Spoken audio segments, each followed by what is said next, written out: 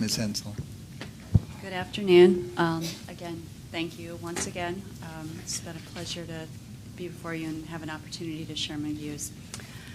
I'd like to start with a spirit of table cooperation here. The one thing I think we all seem to uniformly agree on is the idea of a government portal to facilitate communications between the union and its potential, hopefully, future members. I questioned myself when I looked at it whether or not the portal could be viewed, or if the board had given any thought to it appearing that it was sanctioning certain communications simply by its operation. And on that ground, I agree with the National Grocers Association.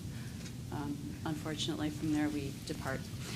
It has unified everyone who's commented on it, frankly, that proposal. Well, the world does need things to bring it together, so if government portals are what's going to do it today, it works for me. With respect to the technology issues, I will rest on Jess's testimony because she certainly is the expert. I couldn't repeat in any manner what she said, but it certainly makes sense to me. I don't think that the Labor Board is equipped to do that. Anyway. Information that should be contained on the list, this personal information. For 50 years, we've had a name, we've had a home address, including a phone number and an email address. It does not violate anyone's privacy in any which way or form. I don't know if any one of you have ever Googled yourself, but I promise you, you can find all of that information online. Occasionally, if it's a particular website, Spokio, whatever, you might have to pay a fee if you actually want to access the profile. But I promise you the information is available. You can also find out how much you paid for your house, exactly when you bought it, and who you bought it from. So this notion that there is this private information that needs to be retained and kept close to the employer's heart, I think is a bit of a red herring. The information's out there. There's no way around it. And frankly, the employers are concerned about their free speech rights with respect to shortening the time period between the petition and the election. The union is equally entitled to free speech rights, and that means access to the entire bargaining unit. And that means access in the same or similar ways that the employer has access, which is through cell phone numbers, email addresses, and home telephone numbers. The days of union visits to people's homes, I think I wouldn't say it's over, but I think it's a much less popular manner of organizing these days, especially given the time constraints on people. It's much easier to make a phone call or send a text message or shoot out an email to 15 people at once than it is to try to make these individual home visits. So that's my position on privacy. I think it's a complete red herring. The information is out there. With regard to any notion that the union is going to misuse information on the Excelsior list, this same concern was brought up in the Excelsior case, and I believe the determination at that time was we are going to deal with that if and as problems arise.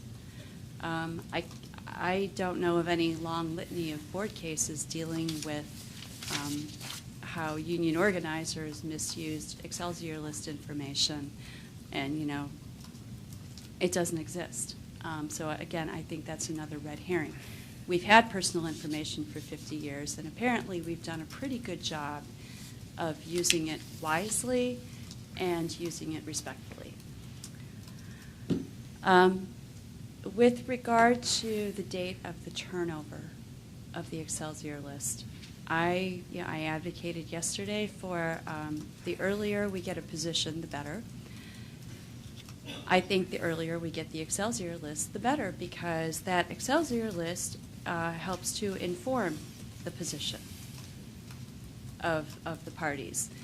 if we get that Excelsior list prior to or during the pendency of a stipulation negotiation, there might be a whole lot of issues that can be put to bed by the parties by simply being able to negotiate off of a list with everyone's got the full information.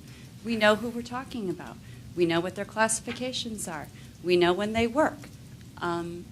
That way, people can speak with full knowledge, and this includes the board agent who's attempting to mediate this stipulation.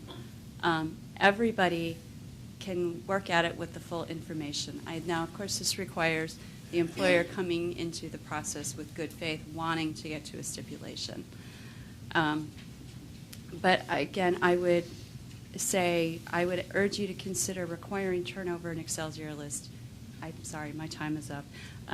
Turning it over prior to the final date for entry of a stipulation so that the parties have something to work with. Thank you. Thank you very much. Thank you. Was there, I mean, it sounded like you were referencing something like a Spokio that has a bunch of personal email addresses on it. Did you have something in mind? Well, there is Spokio.com, there's 100 of them. You want the sites where you can do a background check on just about anybody you want to, as long as you pay your $39.95. But those tend to be business email addresses if you get them. No, I used to do a lot of necessarily. marketing back in the day, and that's what I would typically find. Do you have a particular site that has personal email addresses like that? I can't, there's so many different sites out there that I have found people's personal emails, when I'm looking for an old friend, say. I have never used this in the context of my work. But yeah, they do exist. So is it relatively easy to find personal emails just out on the internet? Whether they're accurate or not, I suppose, is another question. Are you suggesting that we should rely on our own our own ability to research the matter as opposed to asking the employer to provide it? Well, I don't know. At the end of the day, it sounds like your position is that these things are easy to find out there, and that indicates that there's no privacy. Is that correct? That is my position. However, insofar as it's the employer's obligation to provide information about their employees, and they're most likely to have the most updated information, I still think that they should be required to provide what they have rather than risk, finding a personal email address online that's 5 years old and no good anymore. Right. But it does seem to me that would it be fair to say, at least when people submitted their comments to us, or at least when you submitted your comments to us, you didn't put, or your request to speak, you didn't put your personal email address on there? No, I didn't. Okay. But you can have it if you'd like. I'm very flattered, first, but that's not necessary, second. Thank you all very much. Thank you very much.